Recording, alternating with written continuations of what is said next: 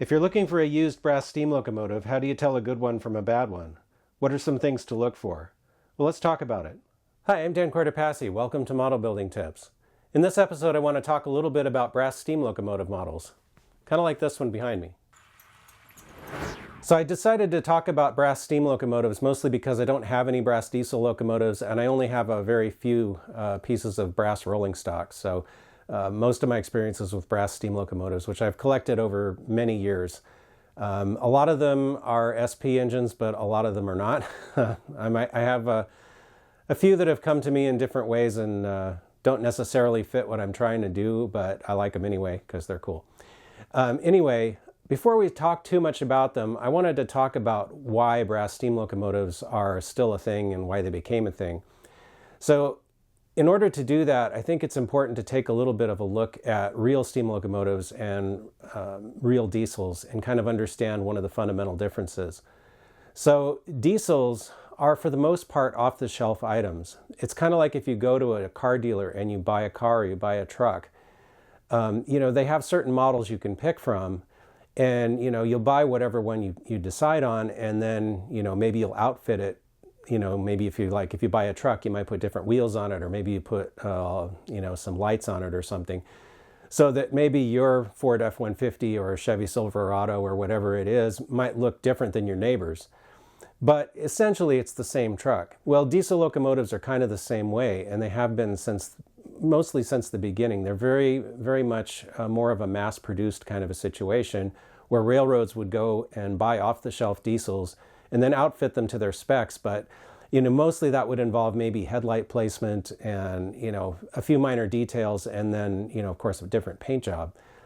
But under the paint, they were basically the same. So what that means in terms of model manufacturing is that, especially back in the old days when we didn't have road-specific and unit-specific detail, a company like Athearn or Bachmann or whatever could go and produce let's say an F7, which was a very common model in the steam to diesel transition era. And they could paint it for all kinds of different railroads, and it would be mostly accurate.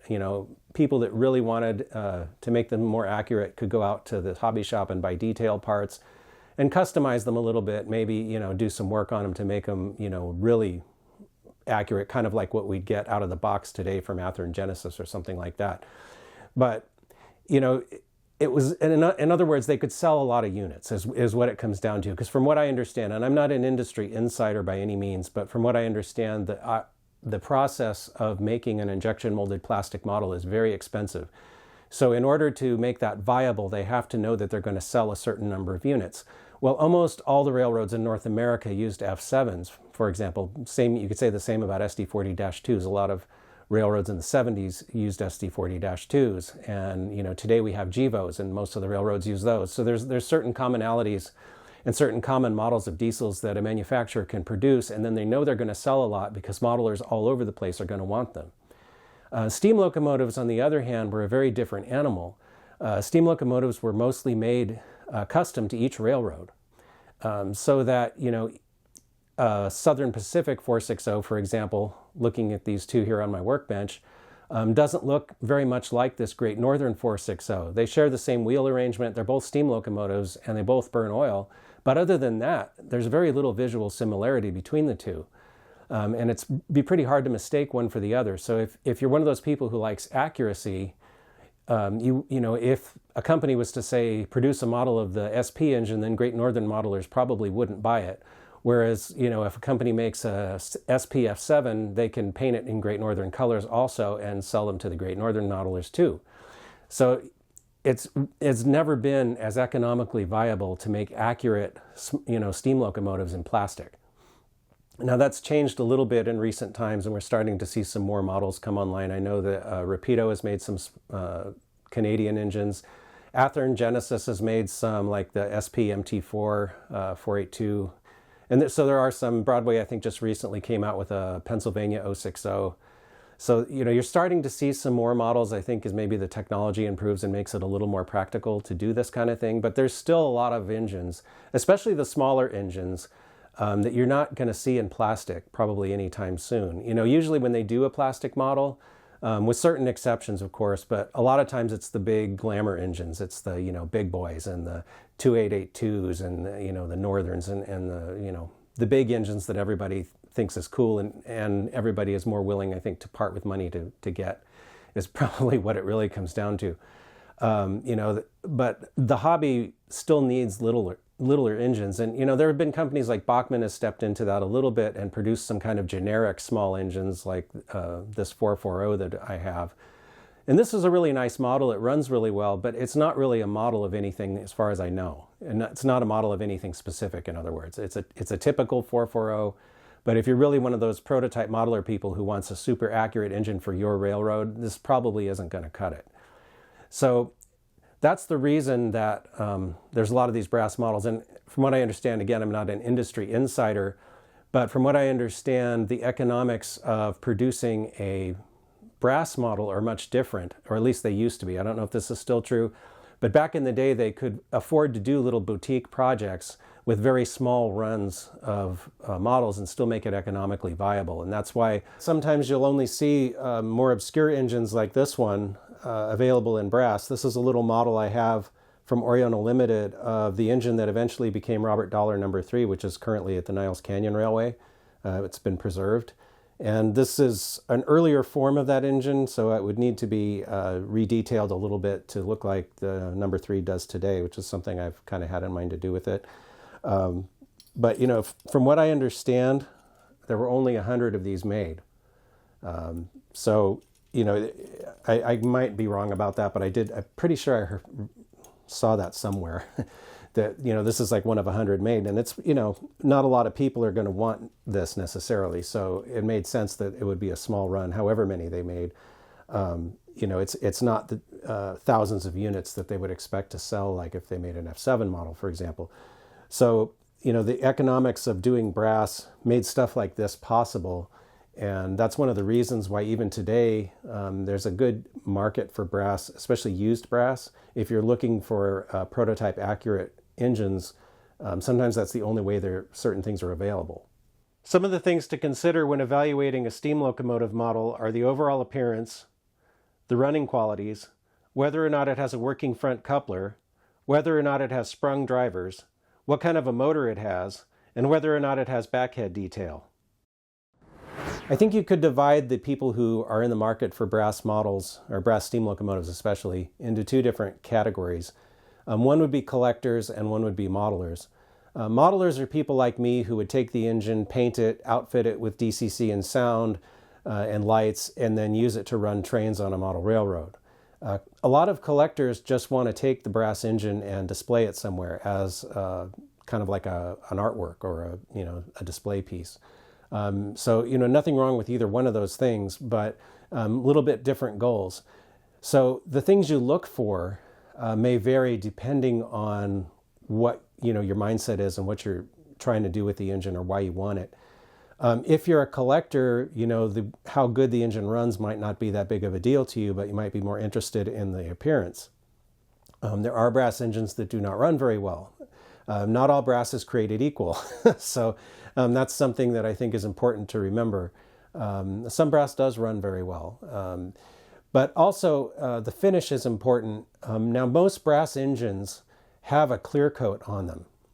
They do that to keep the brass from tarnishing because, untreated brass will tarnish over time and, it gets that sort of dark stuff on it and will show fingerprints and all kinds of stuff. So they typically will spray it with the clear coat. And if you're a modeler, you're going to want to remove that anyway, because generally it's better to start with bare metal when you're going to do a paint job and then primer and all that. You don't really want to have that orange peel that's already there from the clear coat and everything in your way first, right off the bat. So if you're a modeler, certain things don't matter. Now, one of the things I will show you is that a lot of these engines were packed in foam-lined boxes. And over the years, like this one is probably 30 or 40 years old, you can see that the red color from the foam has actually leached onto the surface of the engine and discolored it. Now, if you're a modeler, this probably isn't a big deal because you're going to either, take it to someone and have it painted, or you're going to paint it yourself, and you're probably going to strip all this off anyway, so it's not really going to matter. But if you're a collector, this might be a problem. I don't know how easy it is to clean this stuff off without destroying the clear coat or anything else that's on the engine. So that isn't something I've ever tried to do.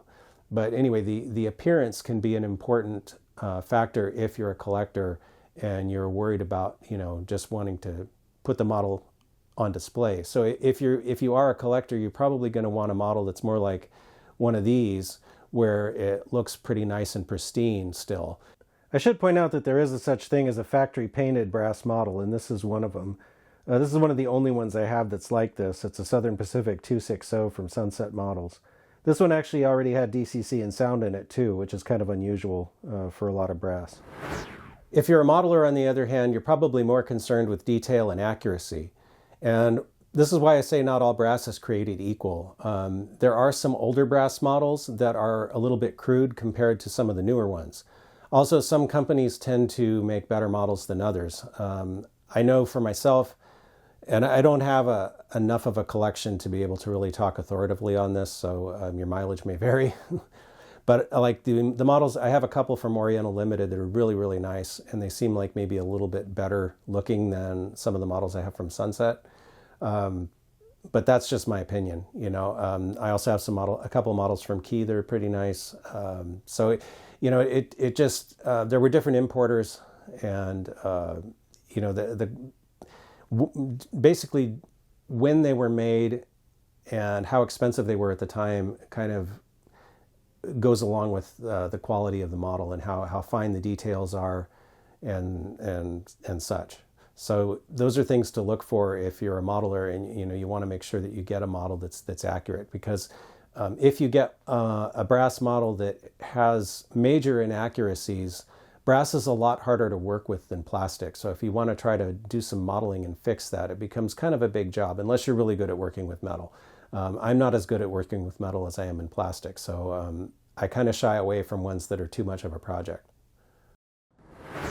One of the most difficult things to evaluate without actually having the model in front of you is the running qualities, how well it's actually going to operate. So this is that Great Northern 460, and let's see how this runs. This is on DC, by the way. This is not too bad. This hasn't been run in a long time. It's a little squeaky, but seems to run fairly smoothly. Let's try this Santa Fe 280.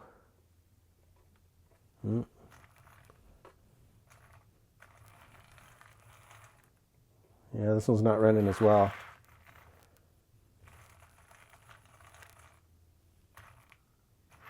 I suspect this one has an electrical problem, so it looks like maybe it wants to run.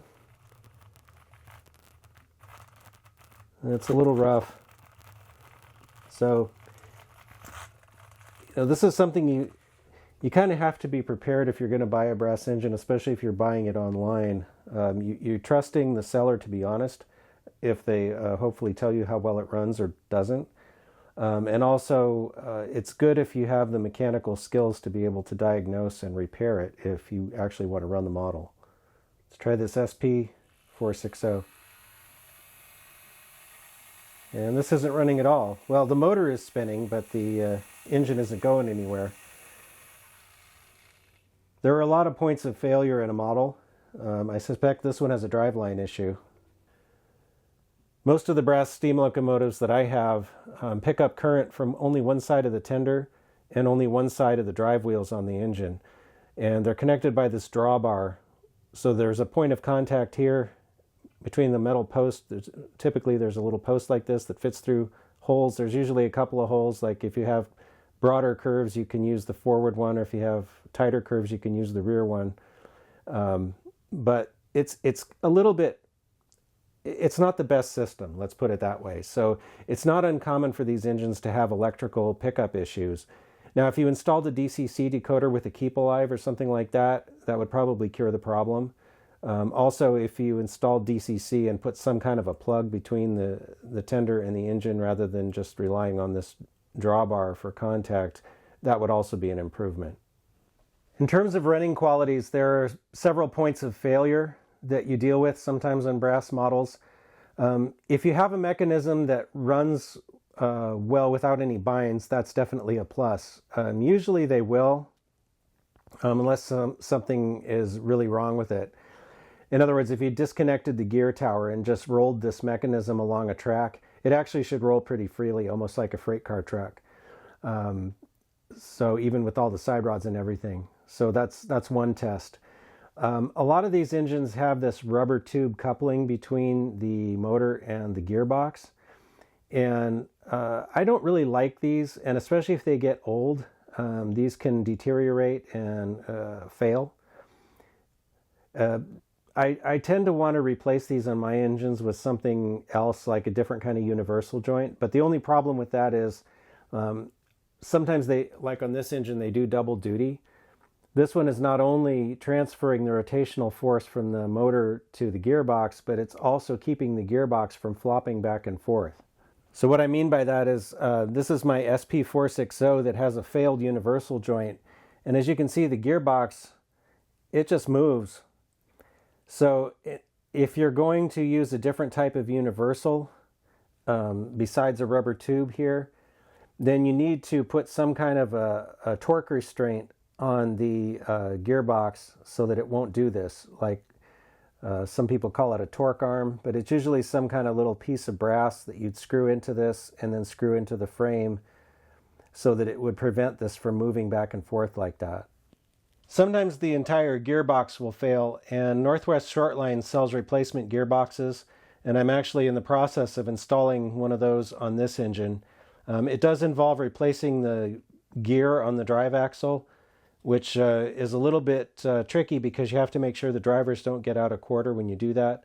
But this engine had a bad gearbox, and I ended up removing it, and right now it has no gearbox at all. I could just push it along. So I need to install this and also a new can motor because it had an old Tsugami motor in it, which at one time was probably a pretty good motor, but that also completely failed and doesn't work at all. So if I want to get this thing running, I need to do some work on it mechanically. So one thing to look for that's unfortunately not that common is a working front coupler. These three engines that I have here all have dummy couplers on the front pilot. And for small engines like this that are kind of the workhorses of the steam era, my personal opinion is that they really need a front coupler. So if you're going to buy an engine like this, if you want to actually operate it, then you might have to figure out how to mount a coupler, like a Katy or something that would actually work. So depending on the design of the pilot, that can be fairly challenging. So it's just something to think about. If you're comfortable modifying your models and you don't mind putting in the time to do that, then you can go for it. But it's definitely not necessarily the easiest thing to do on a brass model. Another thing that's a sign of a quality brass model is that it has sprung drivers. And what that means is that on the axle bearing on each axle, there's a little spring between the bearing and the frame. So as you can see, this pushes in a little bit. So these wheels have a little bit of flex to them.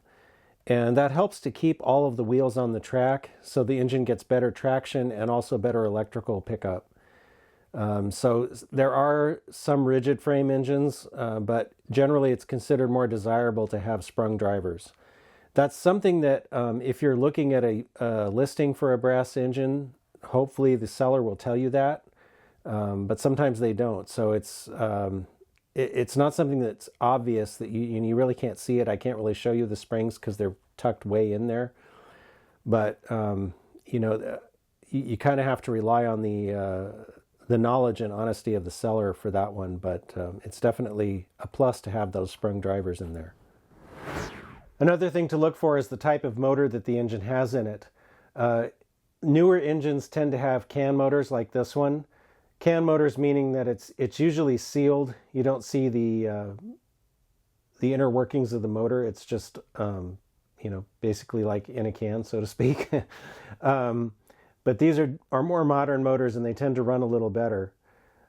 So if your model has a can motor, that's good.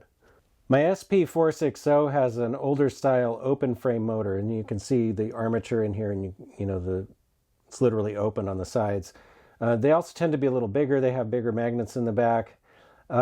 These motors are not as desirable if you're planning to convert the engine to DCC because they have a much higher amp draw, current draw requirement.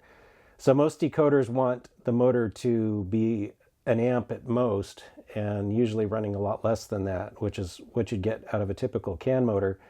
These things can draw more current than that, so a lot of decoders won't handle it. And so generally, if you want to convert the engine to DCC, you're probably going to want to replace this with something more like this. A lot of these older brass engines were made before DCC was a thing, so they're not quote-unquote DCC ready. However, on a model like this one, it's really easy to convert it to DCC. What you need to do is you take your track power connections and separate them from the motor connections. And so your orange and gray wires to the motor would go to the decoder directly from the decoder to the motor, and then your track power connections would also go to the decoder track power connections, and that's how you isolate the motor from the frame. Sometimes you might also want to use a little Kapton tape or something in the motor mount just to make sure that there's no short between the motor and the frame, because the frame is metal. But there shouldn't really be most of the time. Most of the time it's enough to just basically clip these wires and then solder new wires to it to do your DCC install. I should probably mention that when I say things like newer locomotives, I'm really talking about brass locomotives that have been produced, say, since the 80s. I think that's around when the CAN motors started to become more popular and the open frame motors started to go away. So, anything before that, you're probably more likely to find an open frame motor. Stuff that was made after that is more likely to have a CAN motor. Another thing to look for is backhead detail. As you can see, this cab has a lot of the details on it that you would see in a real steam locomotive cab. This kind of goes hand in hand with having a CAN motor. A lot of the open frame motor engines have a cab that's open because the motor takes up most of the space, and there wasn't enough room to do this. But a lot of the newer models will have backhead details. So if you're into that and you want to add crew figures and have it look more realistic in here, then this is something to definitely consider. Every model is a little bit different, but generally most brass steam engines can be taken apart relatively easily. They typically have a screw between the steam chests. I had to take off the pilot truck to get to it, but there's usually a screw here in the front between the cylinders. You can take that out. And then there are usually a couple of screws in the back somewhere. On this engine, they're in the back. Sometimes they're underneath. Then the boilers should detach, and you can get access to the mechanism. That'll do it for this time. If you like this video, then please like, comment, share, and subscribe. Stay tuned, and thanks for watching.